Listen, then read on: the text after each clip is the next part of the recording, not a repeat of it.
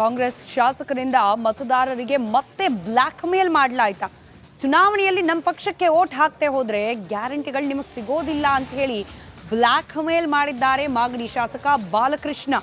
Election ಅಲ್ಲಿ ಕಾಂಗ್ರೆಸ್ಗೆ ಮತ ನೀಡಿ, ಇಲ್ದಿದ್ರೆ ಗ್ಯಾರಂಟಿ ಬಂದ್ ಆಗುತ್ತೆ ಅಂತ ಹೇಳಿ ಪದೇ ಪದೇ ಕಾಂಗ್ರೆಸ್ ಶಾಸಕ ಬಾಲಕೃಷ್ಣ ಈ ರೀತಿಯಾಗಿ ಹೇಳ್ತಾ ಇರೋದು ಮತದಾರರನ್ನ ಬ್ಲ್ಯಾಕ್ ಮೇಲ್ ಮಾಡ್ತಾ ಇಲ್ವಾ ಅನ್ನೋ ಸಹಜ ಅನುಮಾನಕ್ಕೆ ಕಾರಣವಾಗ್ತಾ ಇದೆ.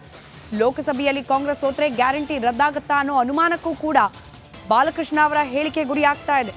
ಗೆಲ್ಲಿಸದೇ ಇದ್ರೆ ಗ್ಯಾರಂಟಿ ಯೋಜನೆ ತಿರಸ್ಕಾರ ಅಂತ ಅಲ್ವಾ, ನಿಮ್ಮ ಗ್ಯಾರಂಟಿ ಬೇಕೋ ಅಥವಾ ಮಂತ್ರಾಕ್ಷತೆ ಬೇಕೋ ಅಂತ ಹೇಳಿ ಮಾತನಾಡಿದ್ದಾರೆ ಬಾಲಕೃಷ್ಣ. ಜನ ನಮ್ಗೆ ವೋಟ್ ಹಾಕಲಿಲ್ಲ ಅಂದ್ರೆ, ತಿರಸ್ಕಾರ ಮಾಡಿದ್ರೆ ನಾವೇನ್ ತೀರ್ಮಾನ ಮಾಡಬೇಕು? ಈ ಗ್ಯಾರಂಟಿಗೆ ಬೆಲೆ ಇಲ್ಲ, ಅಕ್ಷತೆಗೆ ಬೆಲೆ ಇದೆ. ಅವಾಗ ನಾವು ಒಂದು ಗ್ಯಾರಂಟಿ ಕ್ಯಾನ್ಸಲ್ ಮಾಡಿ ಒಂದು ಅಕ್ಷತೆ ಹಾಕಿ ನಾವು ಒಂದು ದೇವಸ್ಥಾನ ಕಟ್ಟಿ ಅಲ್ಲಿ ಪೂಜೆ ಮಾಡಿ ವೋಟ್ ಹಾಕ್ಸ್ತೀವಿ. ಗ್ಯಾರಂಟಿ ಬೇಕಾ, ಅಕ್ಷತೆ ಬೇಕಾ? ತೀರ್ಮಾನ ಆಗಬೇಕಲ್ಲ. ನಾನು ಮುಖ್ಯಮಂತ್ರಿಗಳಿಗೆ ಹೇಳಿದ್ದೀನಿ, ನೀವು ಮಾಡ್ತಕ್ಕಂಥ ಕಾರ್ಯಕ್ರಮದಿಂದ ಈ ರಾಜ್ಯದಲ್ಲಿ ಜನ ನಮ್ಮ ಪಕ್ಷದ ಲೋಕಸಭಾ ಸದಸ್ಯರನ್ನ ಗೆಲ್ಲಿಸಬೇಕು. ಗೆಲ್ಲಿಸ್ತೇವೆ ಅಂದ್ರೆ ನಿಮ್ ಗ್ಯಾರಂಟಿ ಅವಶ್ಯಕತೆ ಇಲ್ಲ ಜನಕ್ಕೆ ಅಂತ ಅರ್ಥ ಆಯ್ತದೆ. ನಿಮ್ ಗ್ಯಾರಂಟಿ ಬೇಕಾಗಿಲ್ಲ ಜನಕ್ಕೆ, ಗ್ಯಾರಂಟಿ ಅವಶ್ಯಕತೆ ಇಲ್ಲ. ಆವಾಗ ಆ ದುಡ್ಡು ತಗೊಂಡು ಅಭಿವೃದ್ಧಿ ಮಾಡ್ತೀವಿ. ಇವಿಷ್ಟೆಲ್ಲ ಮಾಡಿ ಜನ ನಮ್ಗೆ ವೋಟ್ ಹಾಕಲಿಲ್ಲ ಅಂದ್ರೆ, ತಿರಸ್ಕಾರ ಮಾಡಿದ್ರೆ ನಾವೇನ್ ತೀರ್ಮಾನ ಮಾಡಬೇಕು? ಈ ಗ್ಯಾರಂಟಿಗೆ ಬೆಲೆ ಇಲ್ಲ, ಅಕ್ಷತೆಗೆ ಬೆಲೆ ಇದೆ. ಅವಾಗ ನಾವು ಒಂದು ಗ್ಯಾರಂಟಿ ಕ್ಯಾನ್ಸಲ್ ಮಾಡಿ ಒಂದು ಅಕ್ಷತೆ ಹಾಕಿ ನಾವು ಒಂದು ದೇವಸ್ಥಾನ ಕಟ್ಟಿ ಅಲ್ಲಿ ಪೂಜೆ ಮಾಡಿ ವೋಟ್ ಹಾಕ್ತೀವಿ. ಏನ್ ಮಾಡೋದು ಹೇಳಿ? ಗ್ಯಾರಂಟಿ ಬೇಕಾ, ಅಕ್ಷತೆ ಬೇಕಾ? ತೀರ್ಮಾನ ಆಗಬೇಕಲ್ಲ. ನಾನು ಮುಖ್ಯಮಂತ್ರಿಗಳಿಗೆ ಹೇಳಿದ್ದೀನಿ, ನೀವು ಮಾಡ್ತಕ್ಕಂಥ ಕಾರ್ಯಕ್ರಮದಿಂದ ಈ ರಾಜ್ಯದಲ್ಲಿ ಜನ ನಮ್ಮ ಪಕ್ಷದ ಲೋಕಸಭಾ ಸದಸ್ಯರನ್ನ ಗೆಲ್ಲಿಸಬೇಕು. ಗೆಲ್ಲಿಸ್ತೇವೆ ಅಂದ್ರೆ ನಿಮ್ ಗ್ಯಾರಂಟಿ ಅವಶ್ಯಕತೆ ಇಲ್ಲ ಜನಕ್ಕೆ ಅಂತ ಅರ್ಥ ಆಯ್ತದೆ. ನಿಮ್ ಗ್ಯಾರಂಟಿ ಬೇಕಾಗಿಲ್ಲ ಜನಕ್ಕೆ, ಗ್ಯಾರಂಟಿ ಅವಶ್ಯಕತೆ ಇಲ್ಲ. ಆವಾಗ ಆ ದುಡ್ಡು ತಗೊಂಡು ಅಭಿವೃದ್ಧಿ ಮಾಡ್ತೀವಿ. ಇವಿಷ್ಟೆಲ್ಲ ಮಾಡಿ ಜನ ನಮ್ಗೆ ವೋಟ್ ಹಾಕಲಿಲ್ಲ ಅಂದ್ರೆ, ತಿರಸ್ಕಾರ ಮಾಡಿದ್ರೆ ನಾವೇನ್ ತೀರ್ಮಾನ ಮಾಡಬೇಕು? ಈ ಗ್ಯಾರಂಟಿಗೆ ಬೆಲೆ ಇಲ್ಲ, ಅಕ್ಷತೆಗೆ ಬೆಲೆ ಇದೆ. ಅವಾಗ ನಾವು ಒಂದು ಗ್ಯಾರಂಟಿ ಕ್ಯಾನ್ಸಲ್ ಮಾಡಿ ಒಂದು ಅಕ್ಷತೆ. ಹೇಳಿಕೆಯನ್ನು ನೀಡ್ಬಿಟ್ರು ಬಾಲಕೃಷ್ಣ ಅವರು. ಹಾಗಾದ್ರೆ ಗ್ಯಾರಂಟಿ ರದ್ದಾಗುತ್ತಾ? ಆ ರೀತಿಯ ಚಿಂತನೆ ಏನಾದ್ರೂ ಕಾಂಗ್ರೆಸ್ ಪಾಳ್ಯದಲ್ಲಿ ನಡೀತಾ ಇದೆಯಾ? ಇದನ್ನ ಪ್ರಶ್ನೆ ಮಾಡ್ತು ರಿಪಬ್ಲಿಕ್ ಕನ್ನಡ. ಗ್ಯಾರಂಟಿ ಬಗ್ಗೆ ತಮ್ಮ ಹೇಳಿಕೆಯನ್ನ ಸಮರ್ಥಿಸಿಕೊಂಡಿದ್ದಾರೆ. ಈ ಸಂದರ್ಭದಲ್ಲೂ ಕೂಡ ಬಾಲಕೃಷ್ಣ ಅವರು ಗ್ಯಾರಂಟಿ ರದ್ದು ಮಾಡೋದು ಬಿಡೋದು ಮುಖ್ಯಮಂತ್ರಿಗಳಿಗೆ ಬಿಟ್ಟ ವಿಚಾರ. ಹಾಗಾದ್ರೆ ಇವರು ಯಾಕೆ ಹೇಳಿಕೆ ಕೊಟ್ರು? ಈಗ ಸಿದ್ದರಾಮಯ್ಯ ಅವ್ರ ಮೇಲೆ ಹಾಕ್ತಿದ್ದಾರೆ, ಸಿದ್ದರಾಮಯ್ಯ ಅವ್ರ ಜೊತೆ ಚರ್ಚೆ ಮಾಡ್ತೇನೆ ಅಂತ ಹೇಳಿದ್ದಾರೆ. ಆದ್ರೆ ಗ್ಯಾರಂಟಿ ಬಗ್ಗೆ ತಾವು ನೀಡಿದ ಹೇಳಿಕೆಯನ್ನ ಸಮರ್ಥಿಸಿಕೊಂಡಿದ್ದಾರೆ ಮತ್ತೊಮ್ಮೆ ಎಚ್.ಸಿ. ಬಾಲಕೃಷ್ಣ ಅವರು.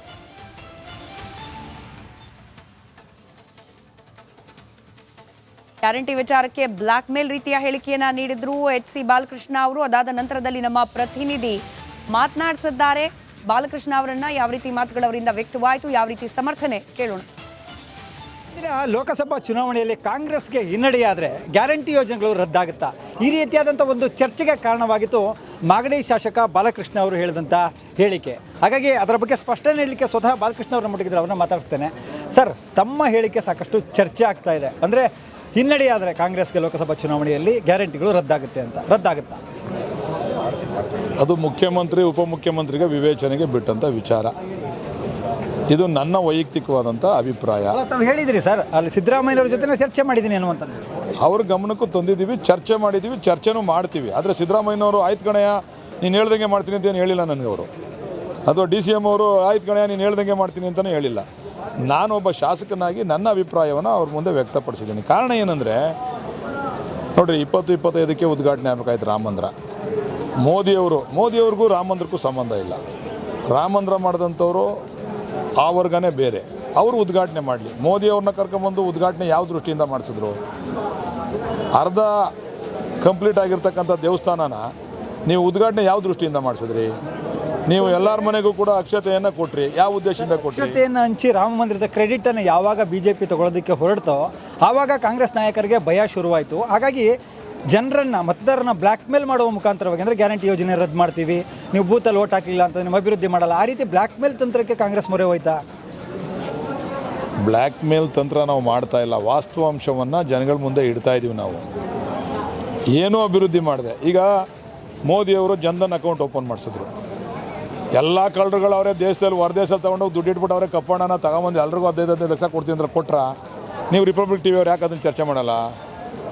ಕೊಟ್ರ ಅದನ್ನು ಅವ್ರು ಕೊಟ್ಬಿಟ್ಟು ಓಟ್ ಕೇಳಿದರೆ ನಾವು ತಲೆ ಬಾಗಿಸ್ತಿದ್ದ ಕೊಟ್ಟಾಡ್ಕೊಂಡು ಬಿಡ ಕಳ್ಳರುಗಳದೆಲ್ಲ ದುಡ್ಡು ತಂದು ನಮ್ಗೆ ಕೊಟ್ಟವ್ರೆ ಅಂತ ಏನೂ ಕೊಡ್ದೇನೆ ಬರೀ ಹಿಂದೆ ಒಂದು ಸರಿ ನಮ್ಮದೇ ಕುಂಕುಮ ನಮ್ಮ ಮನೆಗೆ ನಾಮ ಇಟ್ಬಿಟ್ಟು ಓಟ್ ಕೇಳಿದ್ರು. ಈಗ ನಮ್ಮದೇ ಅಕ್ಷತೆ ನಮ್ಮ ಕೈ ಕೊಟ್ಬಿಟ್ಟು ಓಟ್ ಕೇಳ್ತಾರೆ.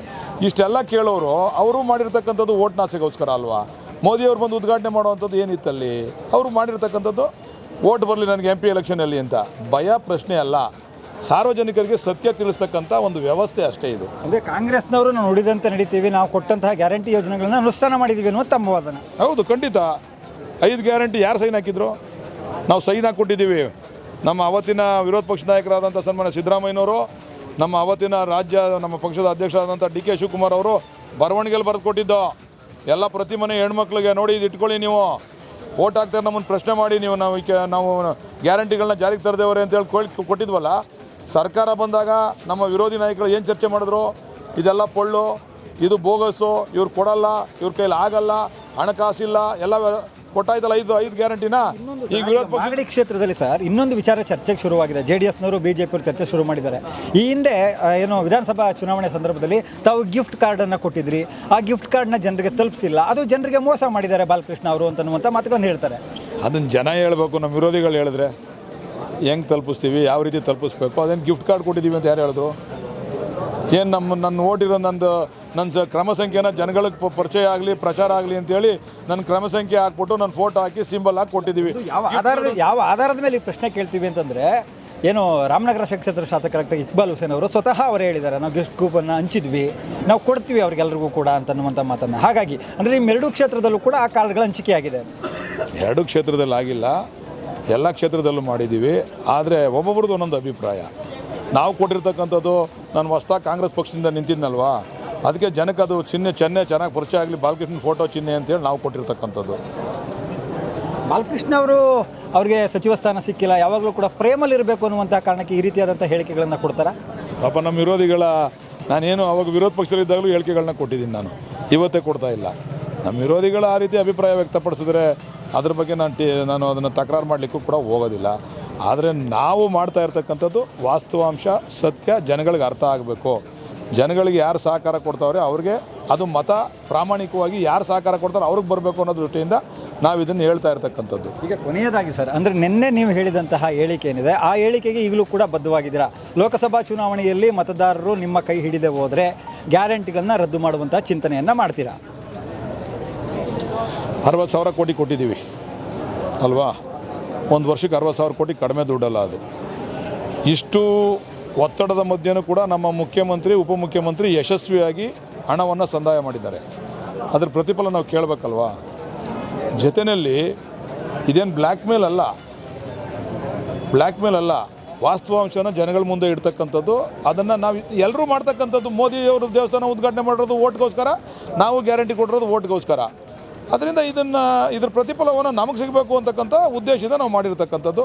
ರದ್ದು ಮಾಡ್ತಕ್ಕಂಥದ್ದು, ಬಿಡ್ತಕ್ಕಂಥದ್ದು ರಾಜ್ಯ ಸರ್ಕಾರದ ಮುಖ್ಯಮಂತ್ರಿಗಳ, ಉಪಮುಖ್ಯಮಂತ್ರಿಗಳ ಕ್ಯಾಬಿನೆಟ್ಟಿನ ತೀರ್ಮಾನ. ಅದು ಬಾಲಕೃಷ್ಣನ ತೀರ್ಮಾನ ಅಲ್ಲ. ನಾನು ನನ್ನ ಅಭಿಪ್ರಾಯವನ್ನು ಮಾತ್ರ ಸಾರ್ವಜನಿಕವಾಗಿ ವ್ಯಕ್ತಪಡಿಸಿದ್ದೀನಿ. ಇದಿಷ್ಟು ಶಾಸಕ ಬಾಲಕೃಷ್ಣ ಅವರ ಮಾತಾಗಿರುವಂತಂದರೆ, ನಾವು ನುಡಿದಂತೆ ನಡೆದಿದ್ದೇವೆ ಅಂತಂದರೆ, ಹಿಂದೆ ಲೋಕಸಭಾ ಚುನಾವಣೆಯಲ್ಲಿ ಏನು ಗ್ಯಾರಂಟಿಗಳನ್ನು ಕೊಡ್ತೇವೆ ಅಂತ ಹೇಳಿದ್ವೋ ಅದನ್ನು ಹೇಳಿದ್ದೇವೆ. ಜೊತೆಗೆ ನನ್ನ ಮಾತಿಗೆ ಕೂಡ ನಾನು ಬದ್ಧವಾಗಿದ್ದೇನೆ, ಕೆಲಸ ಯಾರು ಮಾಡ್ತಾರೋ ಅವರಿಗೆ ಮತವನ್ನು ಹಾಕಿ ಅಂತನ್ನುವಂಥದ್ದಷ್ಟೇ ನಮ್ಮ ಮಾತಿನ ಅರ್ಥ ಅನ್ನುವಂಥ ಮಾತನ್ನು ಕೂಡ ಹೇಳಿರುವಂಥದ್ದು. ಮಹದೇವ ಸ್ವಾಮಿ ಕುರ್ಣಗಲ, ರಿಪಬ್ಲಿಕ್ ಕನ್ನಡ, ರಾಮನಗರ.